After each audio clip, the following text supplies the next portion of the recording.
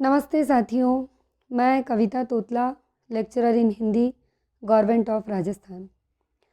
सभी विद्यार्थियों का मेरे यूट्यूब चैनल पे बहुत बहुत स्वागत है।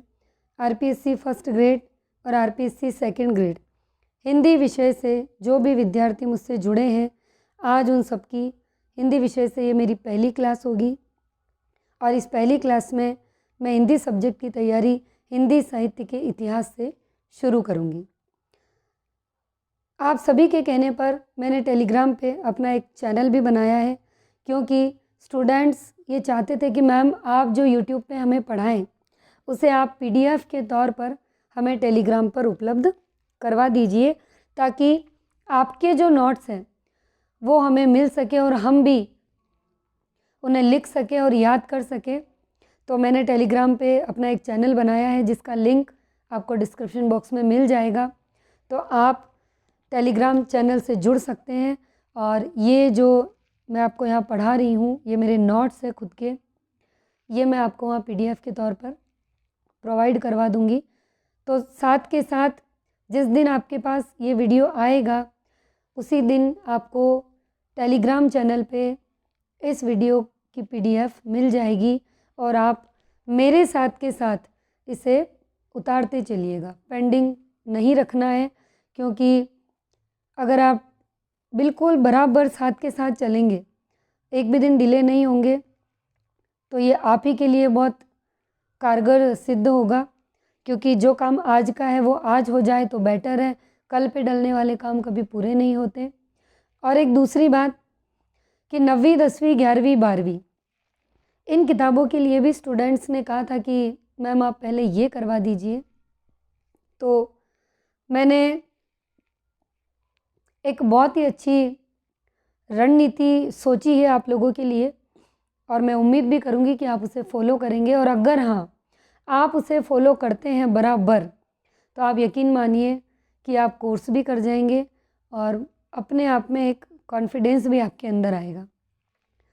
हिंदी साहित्य का इतिहास मैं यहाँ पढ़ा रही हूँ, ये चलता रहेगा। पीडीएफ आपको टेलीग्राम पे मिलती रहेगी, आप वहाँ से नोट्स बनाते रहिएगा। दूसरा ये है कि कक्षा 12 की जो बुक्स है, कक्षा 12 में 4 किताबें हैं, आरोह, वितान, अंतरा, अंतराल। तो सबसे पहले मैंने ये सोचा है कि आप अंतरा बुक को स्टार्ट कर दीजिए, उसके एक एक चैप्टर को आप पढ़ना शुरू कीजिए और उस एक एक चैप्टर को आप खुद से पहले अच्छे तरीके से रीड कर लें। जब आप उन बुक्स के चैप्टर को रीड कर लेंगे, उसके बाद मैं खुद उन चैप्टर के शॉर्ट नोट्स बना के टेलीग्राम के चैनल पे आपको प्रोवाइड करवा दूंगी और यहाँ यूट्यूब पे भी मैं आपको समझा दूंगी। जब आप एक बार उनको पढ़ चुके होंगे, तो दोबारा से जब मैं खुद उन्हीं चैप्टर्स के नोट्स बना के आपको प्रोवाइड कराऊंगी, तो आपको ये दिक्कत बिल्कुल नहीं रहेगी कि इसमें क्या पूछा है, क्या पूछना चाह रहा है, क्या कहना चाह रहा है, ये प्रश्न कहाँ से आए। ये सारे प्रश्न आपके सामने नहीं आएंगे, क्योंकि आप चैप्टर को पढ़ चुके होंगे। तो मैं चाहती हूँ कि हिंदी साहित्य का इतिहास मैं यहाँ करवाऊँ, तब तक आप, आज मंगलवार है और आने वाले शनिवार तक आप अंतरा चैप्टर का जो गद्य भाग है उसकी सारी रचनाएं कंप्लीट कर लें, ताकि ये हिंदी साहित्य का इतिहास भी चलता रहे और आपके अंतरा का जो गद्य भाग है वो शनिवार तक कंप्लीट हो जाए। इससे ये होगा कि आपकी दोनों चीज़ें चलती रहेंगी और आपको बहुत ही अच्छी फीलिंग आएगी। और उसके बाद अगर आप मेरे साथ चलते हैं और जैसा मैंने कहा वैसा आप चैप्टर करते जाते हैं और फॉलो करते हैं, तो फिर जितने चैप्टर आपने पढ़े हैं वो आप मुझे बताएंगे कमेंट सेक्शन में, तो उसी के अकॉर्डिंग मैं आपको नोट्स बना के और प्रोवाइड करवाऊंगी। क्योंकि डायरेक्ट नोट्स कभी भी किसी भी सक्सेस की नहीं होती है। एक बार से पहले आपको खुद को पढ़ना होगा, फिर मैं आपको पढ़ाऊंगी और फिर उसके शॉर्ट नोट्स मैं आपको दूंगी, तभी वो सही होंगे। क्योंकि कलम खुद की चलती है तो ही बेटर होती है, क्योंकि दूसरे की कंधे पे बंदूक रख के चलाना तो बेवकूफ़ी ही होती है। तो आप खुद भी पहले पढ़िए, उसके बाद मैं पढ़ाऊंगी और फिर आपको शॉर्ट नोट्स भिजवाऊंगी, तो आपका ये मान के चलिए कि वो रिवीज़न चलेगा। क्योंकि जो स्टूडेंट्स ये कह रहे हैं कि मैम विज्ञप्ति आने के बाद 2 से 3 महीने मिलेंगे, तो हमारा रिवीज़न भी हो पाएगा या नहीं। तो अगर आप बराबर मेरे यूट्यूब चैनल को फॉलो करके और जैसा जैसा मैं आपको कहती हूँ वैसा अगर आप करते जाएंगे, तो ये आप मान के चलिए कि 2 से 3 महीने के अंदर आपका पूरा का पूरा कोर्स हो जाएगा। फिर आप आराम से रिवीज़न करते रहना, क्योंकि हिंदी साहित्य के इतिहास के नोट्स मैं आपको प्रोवाइड करवा रही हूँ। और किताबों की बात है तो जितना जल्दी आप किताबें पूरी करेंगे उतने ही जल्दी मैं आपको नोट्स प्रोवाइड कराऊंगी। क्योंकि जब तक एक बार से आप खुद से नहीं पढ़ेंगे तो मैं उनके नोट्स भी बना दूं तो उनका कोई भी बेनिफिट नहीं है आपके लिए। तो शनिवार तक अंतरा बुक का गद्य भाग आप सभी पूरा कर लें, कक्षा 12 की अंतरा किताब, जिसको आपको शनिवार तक गद्य भाग को कंप्लीट करना है। तो अब हम हिंदी साहित्य का इतिहास शुरू करेंगे। देखिए, हिंदी साहित्य के इतिहास में जाने से पहले हमें देखना होगा हिंदी साहित्य के इतिहास लेखन की पद्धतियाँ। हिंदी साहित्य के इतिहास लेखन में कौन कौन सी पद्धतियाँ अपनाई गई और किस तरह से उसमें लेखन किया गया। तो प्रमुख 4 पद्धतियाँ आती है। पहली वर्णानुक्रम पद्धति, कालानुक्रम पद्धति, वैज्ञानिक पद्धति, विधेयवादी पद्धति। सबसे पहली आती है वर्णानुक्रम पद्धति। वर्णानुक्रम पद्धति वह होती है जो कि नाम के वर्ण जो है वो क्रमानुसार हो, यानी जहाँ पर जो नाम आता है वो वर्णों के अनुसार दिया गया हो, वो होती है वर्णानुक्रम पद्धति। तो सबसे पहले इसमें 2 राइटर के नाम आते हैं जिन्होंने इस पद्धति को आधार मानकर हिंदी साहित्य का इतिहास लिखा। वो आता है गारसा दत्तासी, शिव सिंह सेंगर। ये 2 राइटर हमारे हिंदी साहित्य के इतिहास में ऐसे रहे हैं कि इन्होंने वर्णों के आधार पर हिंदी साहित्य का इतिहास लिखा है। आगे का बिंदु है हिंदी साहित्य इतिहास लेखन की सबसे प्राचीन पद्धति अगर आपको पूछी जाती है तो वो आती है वर्णानुक्रम पद्धति। इस पद्धति में कवियों और रचनाकारों का परिचय उनके नाम के वर्ण क्रमानुसार किया जाता है। अब आगे का पॉइंट है, गारसा दत्तासी तथा शिव सिंह सेंगर ने अपने ग्रंथों में इसी पद्धति का प्रयोग किया है। यानी ये 2 राइटर हुए हैं जिन्होंने इस पद्धति के आधार पर हिंदी साहित्य का इतिहास लिखा है। नेक्स्ट पॉइंट आता है आपका कि साहित्य इतिहास लेखन की अगर सबसे अधिक दोषपूर्ण प्रणाली की हम बात करते हैं तो वो भी यही आती है। साहित्य इतिहास लेखन की सर्वाधिक दोषपूर्ण प्रणाली वो है वर्णानुक्रम पद्धति। अगला पॉइंट, इस प्रणाली पर आधारित ग्रंथों को साहित्य इतिहास की अपेक्षा साहित्य कालकोश कहना उपयुक्त होगा। यानी ये जो पद्धति गारसा दत्तासी और शिव सिंह सेंगर ने अपनाई कि वर्णों के क्रम के अनुसार इन्होंने हिंदी साहित्य का इतिहास लिखा, सबसे पहली बात ये सबसे दोषपूर्ण प्रणाली है। दूसरी बात कि इसे साहित्य का इतिहास कहने की अपेक्षा अगर हम साहित्य कालकोश कहें तो बहुत ही ज़्यादा उपयुक्त होगा। अगला पॉइंट है, कोश ग्रंथों के लिए यह प्रणाली उपयुक्त है। वैसे तो ये सर्वाधिक दोषपूर्ण प्रणाली है, किसके लिए? हिंदी साहित्य के इतिहास की दृष्टि से। लेकिन अगर कोश ग्रंथों की बात करें तो यह सबसे बहुत ही उपयुक्त प्रणाली है। अब आगे देखते हैं। तो हमने ये पहली देखी वर्णानुक्रम पद्धति। अब आगे दूसरी देखिए आप, दूसरी आती है कालानुक्रम पद्धति। दूसरी पद्धति का नाम है कालानुक्रम पद्धति।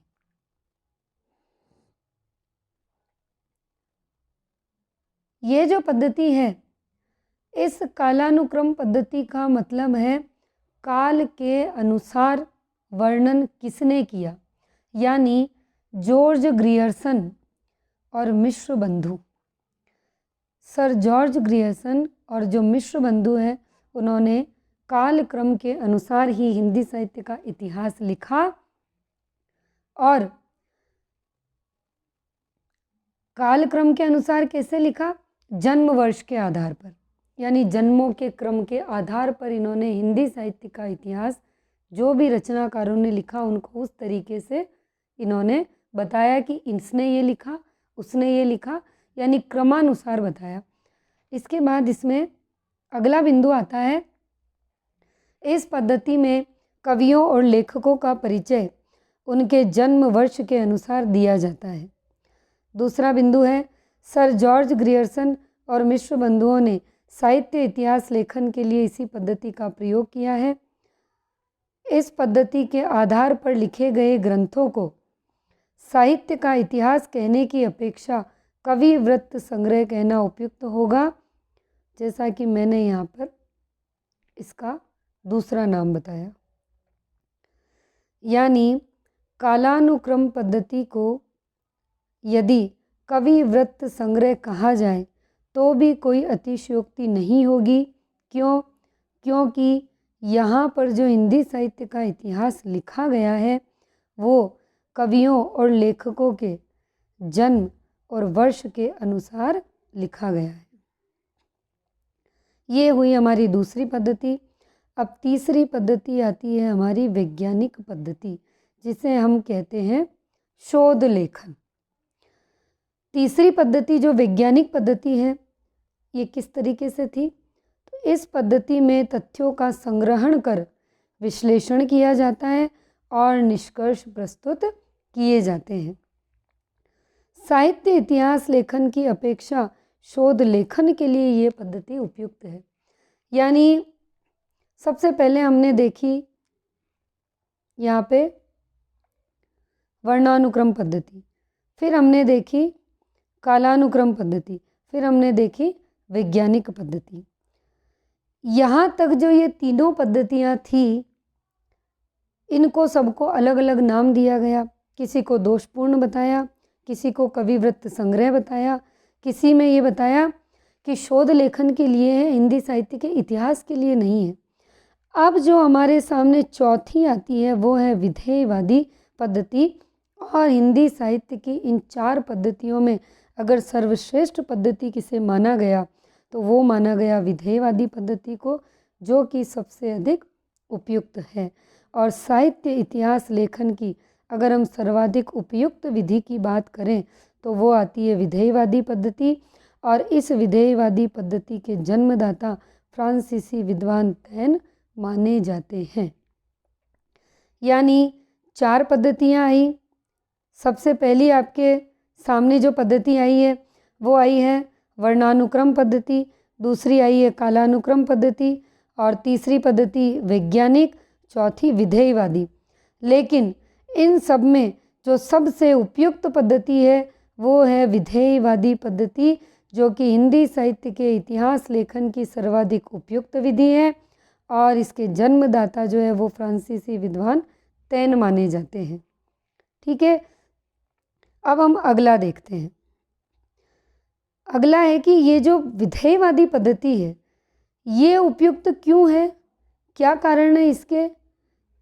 तो आगे हम देखेंगे कि इस पद्धति में साहित्यिक प्रवृत्तियों का अध्ययन युगीन परिस्थितियों के संदर्भ में किया जाता है। युगीन प्रवृत्तियाँ क्या होती है, उस युग के अनुसार की जो परिस्थितियाँ उस वक्त रही होंगी वैसा का वैसा ही इसमें दिया गया है। यानी कोई भी ऐसी बात नहीं है कि जहाँ पर कोई बढ़ा चढ़ा के लिखा या इस लीक से हटकर कोई काम किया। यानी उस युग की परिस्थितियों के संदर्भ में ही साहित्यिक प्रवृत्तियों को ध्यान में रखते हुए इस पद्धति को बताया गया। अगला बिंदु है, आचार्य रामचंद्र शुक्ल ने अपने इतिहास में इस पद्धति का प्रयोग किया। यही कारण है कि उनके इतिहास ग्रंथों को सच्चे अर्थों में हिंदी साहित्य का प्रथम वैज्ञानिक इतिहास कहा जाता है।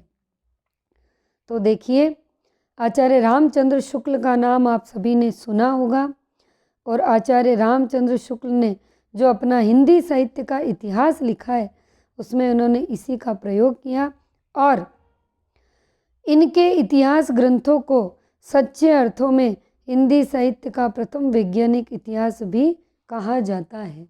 यानी आचार्य रामचंद्र शुक्ल ने 1929 में अपना हिंदी साहित्य का इतिहास लिखा था, जिसे पहले हिंदी शब्द सागर की भूमिका के नाम से जाना जाता था, बाद में हिंदी साहित्य का इतिहास कहा गया।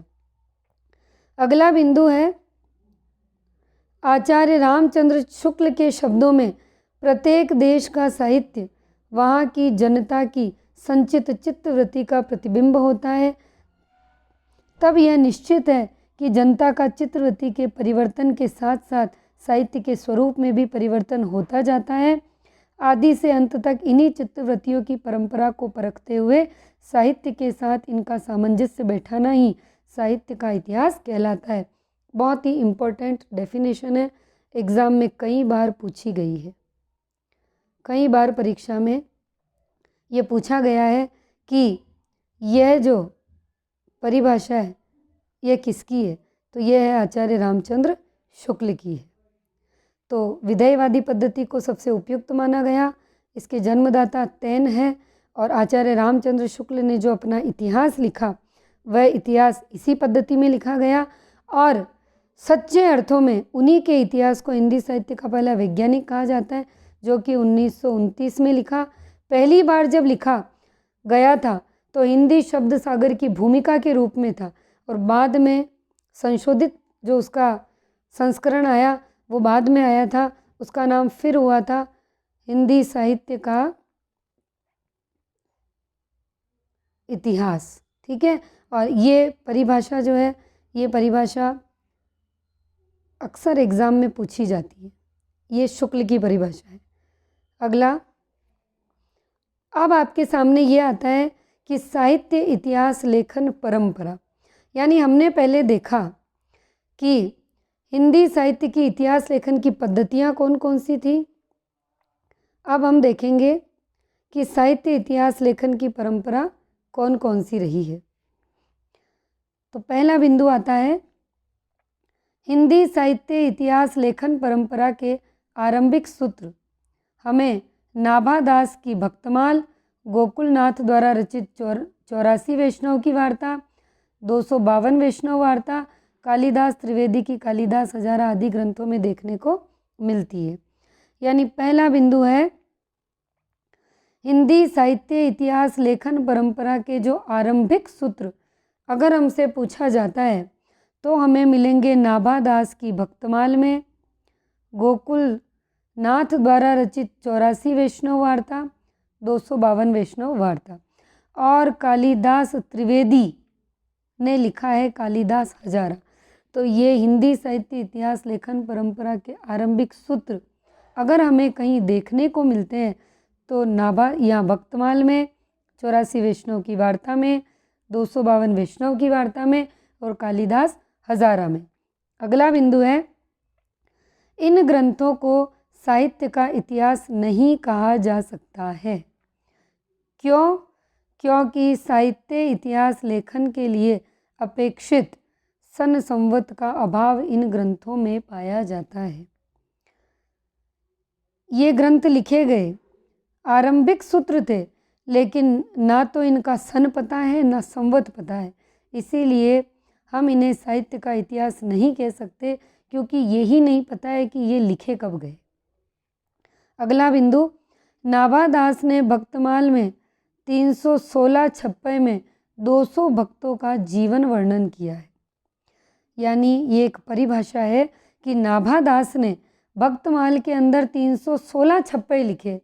उन 316 छप्पे के अंदर इन्होंने 200 भक्तों का परिचय दिया। ये कहने वाले विद्वान कौन है? बच्चन सिंह। तो अगर आपको पूछा जाता है कि नाभादास के भक्तमाल में कितने भक्तों का जीवन परिचय मिलता है तो 200 भक्तों का, और किसने कहा है? तो बच्चन सिंह ने कहा है। अगला बिंदु, 84 वैष्णव की वार्ता में वल्लभ संप्रदाय के संस्थापक महाप्रभु वल्लभाचार्य के 84 शिष्यों का वर्णन है और 252 वैष्णव की वार्ता में अष्टछाप के संस्थापक विट्ठलनाथ के 252 शिष्यों का जीवन वर्णित है। वल्लभाचार्य और विट्ठलनाथ, ये जो दोनों है, ये बाप बेटे का संबंध है। विट्ठलनाथ वल्लभाचार्य के पुत्र थे।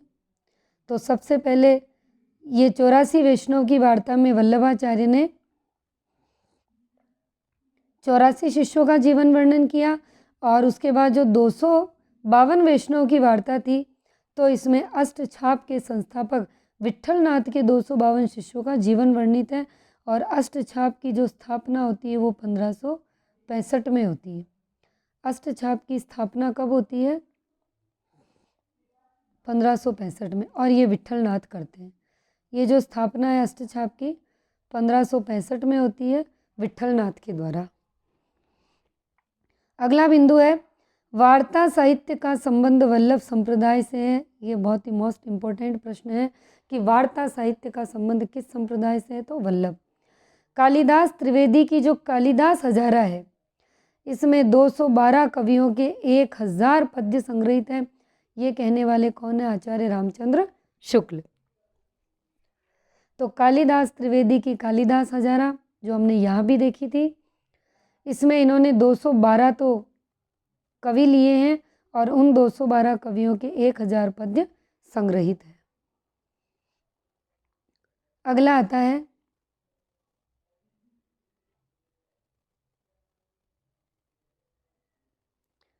अगला बिंदु, हिंदी साहित्य इतिहास लेखन परंपरा का सूत्रपात 1839 में गारसा द तासी द्वारा रचित इस्तवार द ला लिटरेच्यूर एंदुई हिंदुस्तानी से माना जाता है। देखिए, बहुत ही इम्पोर्टेंट पंक्ति है ये, जो अक्सर परीक्षा के दृष्टिकोण से बहुत ही ज़्यादा पूछी जाती है। हिंदी साहित्य का जो लेखन हम मानते हैं, हिंदी साहित्य इतिहास की जो लेखन परंपरा है, उसकी सूत्रपात अगर हम कहीं से मानते हैं तो वो है 1839 में गारसा द तासी द्वारा रचित इस्तवार द ला लिटरेच्यूर एंदुई हिंदुस्तानी से माना जाता है। ठीक है।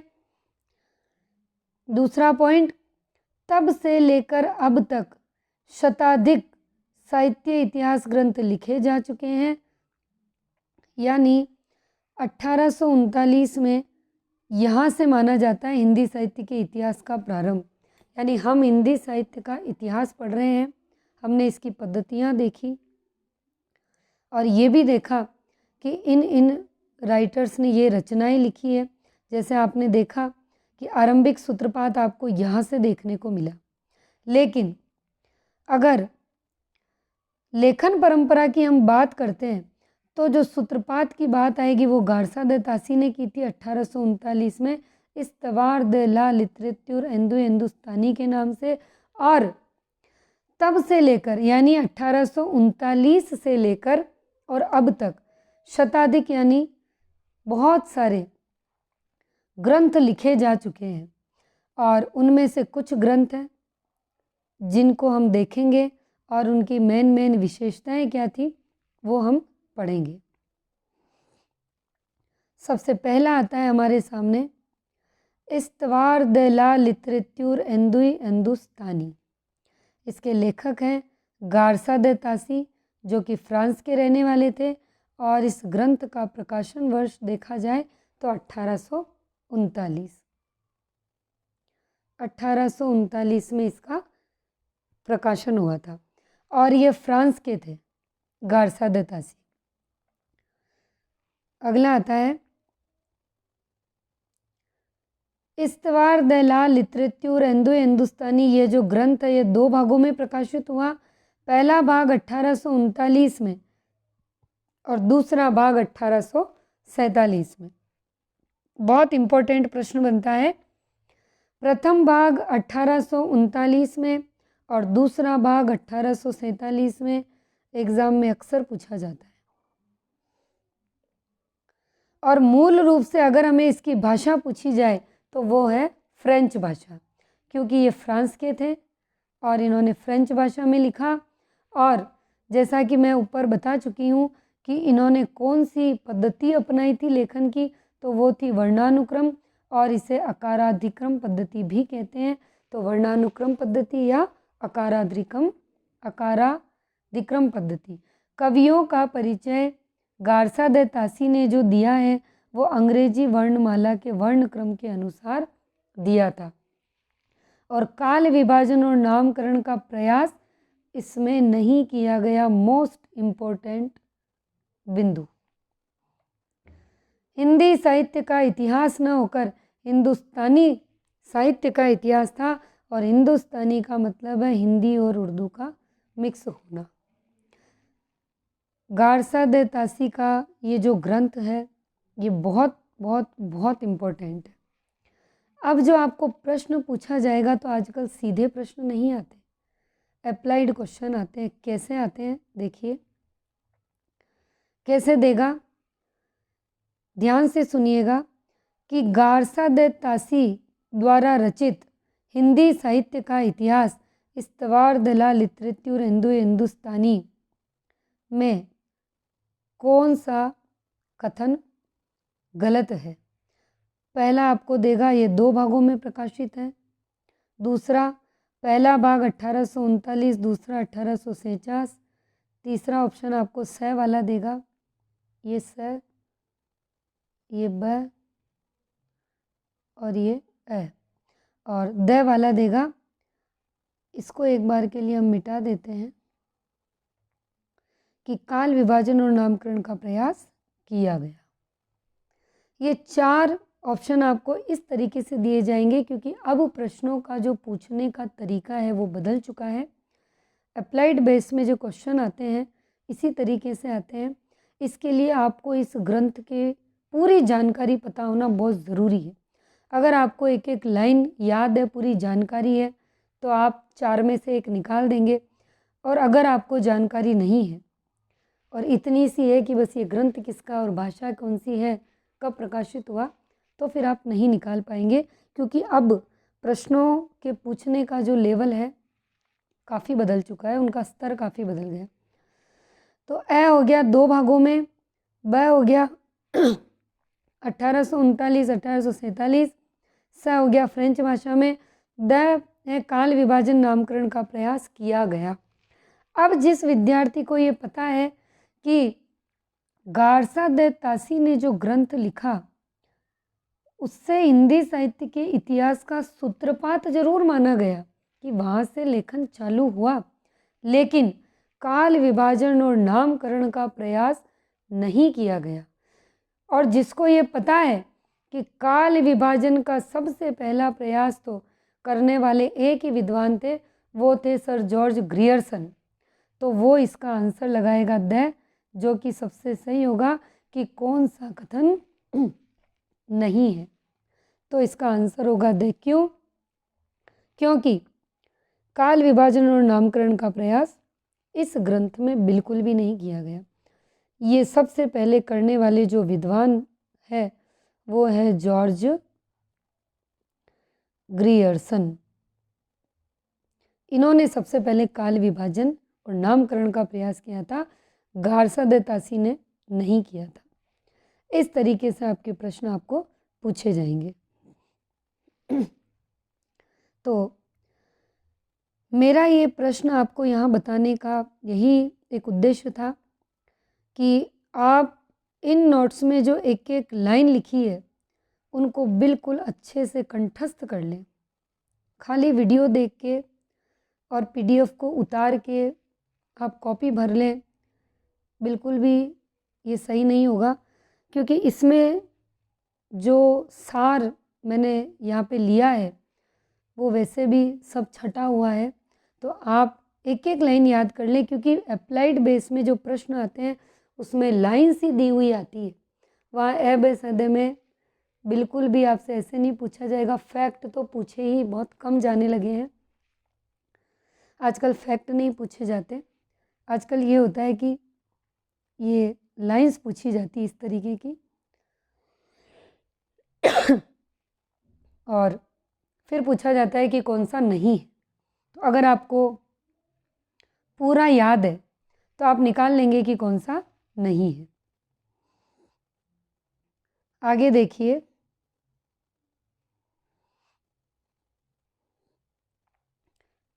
इसी का पार्ट है कि इस ग्रंथ में, यानी गार्सा दे तासी के ही ग्रंथ की बात हम कर रहे हैं।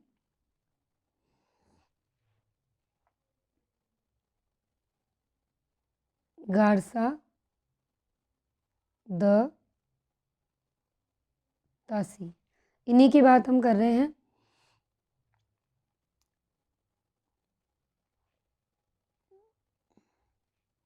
इस ग्रंथ में हिंदी और उर्दू के 938 कवियों को स्थान, ये 9 लिखा है यहाँ पे, 9, यानी गार्सा दे तासी ने अपने ग्रंथ में हिंदी और उर्दू के कुल 938 कवियों को स्थान दिया है।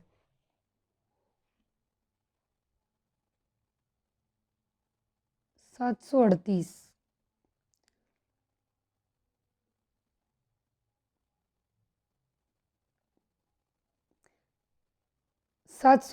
है, सॉरी।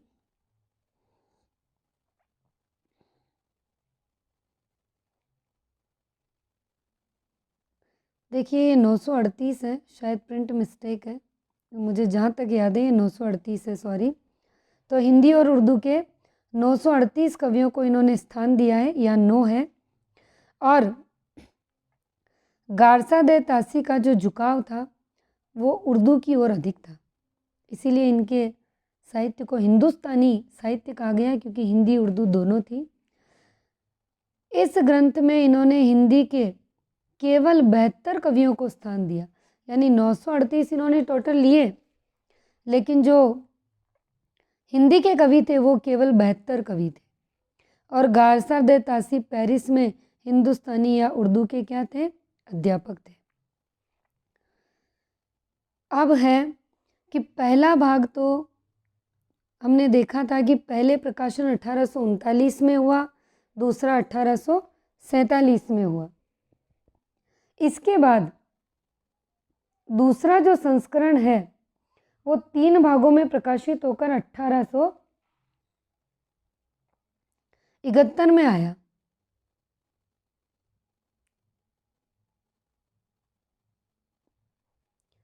ये जो है ये 3 भागों में प्रकाशित होकर 1871 में सामने आया। माफ़ी चाहूँगी, मेरे बोलने में मिस्टेक हो गई, ये यहाँ पर 738 है, मैं बार बार 938 बोल रही हूँ, लेकिन यहाँ पर ये 738 कवि ही हैं, कन्फर्म। और इन्होंने यहाँ पर 72 कवियों को स्थान दिया। और गारसा दे तासी पेरिस में हिंदुस्तानी उर्दू के अध्यापक थे। दूसरा संस्करण 3 भागों में 1871 में प्रकाशित होता है। आचार्य रामचंद्र शुक्ल ने इस तासी को इस्लामिक तहजीब का पुराना हामी या हिंदी का पक्का दुश्मन कहा है। क्यों कहा है? क्योंकि गारसा दे तासी फ्रांस में बैठा बैठा हिंदी उर्दू के झगड़े को बढ़ावा देता रहता था और अंग्रेज़ों के कृपा पात्र सर सैयद अहमद खां का पक्ष लेता था। इसीलिए क्या कहा? इस्लामिक तहजीब का पुराना हामी और हिंदी का पक्का दुश्मन। तासी ने अवध अखबार के संपादक की राय का उल्लेख करते हुए हिंदी को एक भद्दी बोली की संज्ञा दी। तो ये प्रश्न पूछा जाता है और पूछा भी गया है कि हिंदी को भद्दी बोली की संज्ञा देने वाला हिंदी साहित्य के इतिहास के लेखक का नाम क्या है? तो गारसा दे तासी है। इस ग्रंथ के हिंदी संबंधी अंश का अनुवाद हिंदुई साहित्य का इतिहास शीर्षक से डॉक्टर लक्ष्मी सागर वैष्णव ने किया। मोस्ट इम्पोर्टेंट प्रश्न। गारसा दे तासी ने जो ग्रंथ लिखा, इस्तवार de la literature endui हिंदुस्तानी, इस्तवार de la literature हिंदू हिंदुस्तानी, इस ग्रंथ के हिंदी संबंधी अंश का अनुवाद किसने किया? लक्ष्मी सागर वार्ष्णेय ने। यानी हिंदी में इसका अनुवाद लक्ष्मी सागर वार्ष्णेय ने किया। और किस नाम से किया? हिंदुई साहित्य का इतिहास नाम से किया।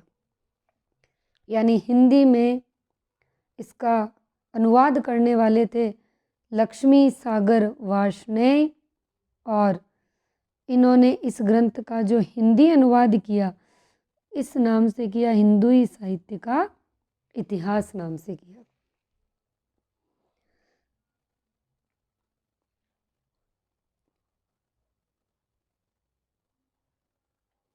तो आज यहाँ तक ही पढ़ेंगे हम लोग, क्योंकि ज़्यादा लंबा हो जाएगा वीडियो। एक बार आप इसे समझ लें और उतार लें, इससे आगे हम कल पढ़ेंगे। तो आज हमने देखा, एक बार फिर से हम देख लेते हैं।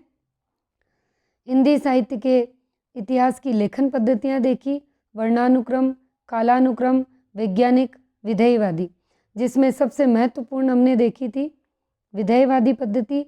और इस विधेयवादी का पद्धति का जो प्रयोग किया था वो रामचंद्र शुक्ल ने किया था। उसके बाद हमने पढ़ा साहित्य इतिहास लेखन परंपरा।